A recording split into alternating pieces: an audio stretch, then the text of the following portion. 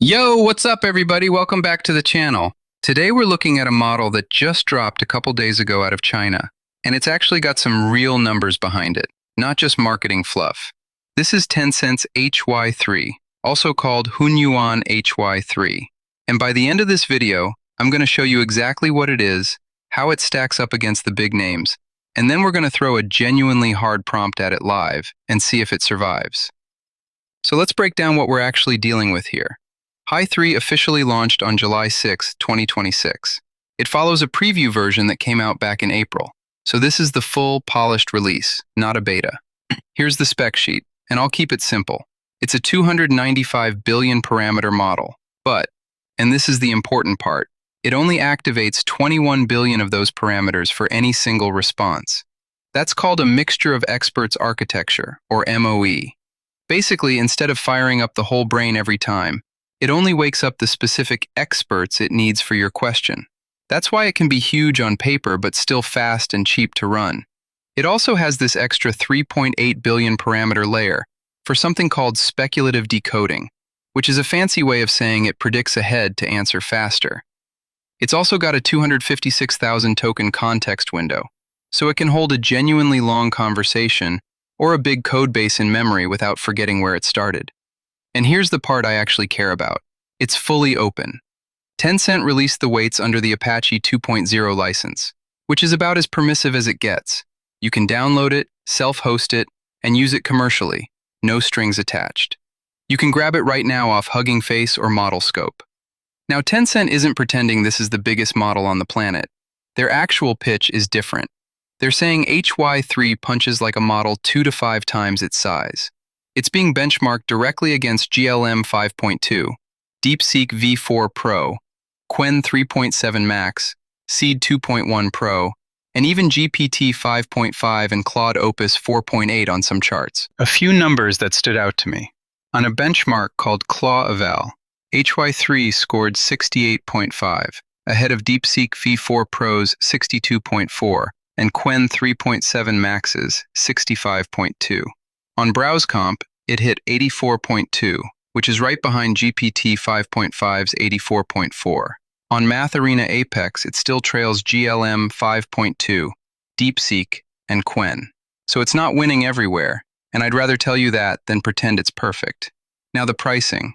This is honestly the headline for a lot of developers. Through Tencent Cloud, it's about 1 yuan per million input tokens and 4 yuan per million output tokens. That's aggressively cheap. Tencent even ran a free API window on OpenRouter right after launch. So if you're watching this close to release, check if that's still live. It's already baked into a bunch of real Tencent products too. Alright, enough numbers. Let's actually use the thing. I'm going to go over to Tencent's own AI studio to test this live. And I want to give it something genuinely tough, not a write me a poem test. I'm going to ask it to build me a single, self-contained HTML file with an aerial drone view where balls are falling into the ocean, and it needs to render realistic splashes, ripples spreading outward, and eventually a rainbow forming, all with actual physics, not just some CSS animation slapped together. This is the kind of prompt that trips up a lot of models, including some very well-known ones, because it needs spatial reasoning, timing, and rendering logic all at once. While it's working through that, here's what I want you to notice. Watch how it reasons before it writes a single line of code. It's planning out the physics constraints first, which is usually a good sign. Okay, it's done. So this is a good example of why I like testing models live instead of just reading benchmark charts. There's no drone shot. We're not looking down at anything. It's just a flat scene. There's no ocean either. Instead of water, it's rendering some moving lines at the bottom, which I'm guessing was its attempt at representing waves, but it doesn't read that way at all. The balls are dropping and there's some kind of a blast effect on impact, but no ripples, and I never got a rainbow. So on a genuinely complex multi-part physics prompt, HY3 kind of lost the plot. It grabbed a few of the pieces but didn't tie them together into the actual scene I asked for.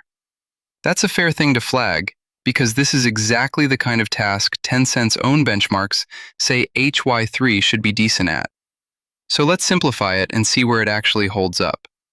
I stripped out the aerial view, the ocean, the rainbow, all of it. Now I'm just asking for balls falling with gravity, hitting the ground, and producing a small burst on impact, with a bit of a bounce after. And there we go. This is a lot cleaner. The gravity feels right, the walls speed up as they fall instead of moving at a constant rate, and the impact burst actually triggers where it should. So the takeaway here is pretty simple. Hy3 handles fundamental physics and single concept animations well. But when you stack 5 or 6 requirements into one prompt, camera angle, water simulation, particle effects, ripple decay, and a weather effect, it starts dropping pieces. That's worth knowing if you're planning to actually build something with this rather than just chat with it. If this was useful, drop a like, subscribe if you're new here, and let me know in the comments what you're going to try this on first. I'll see you in the next one.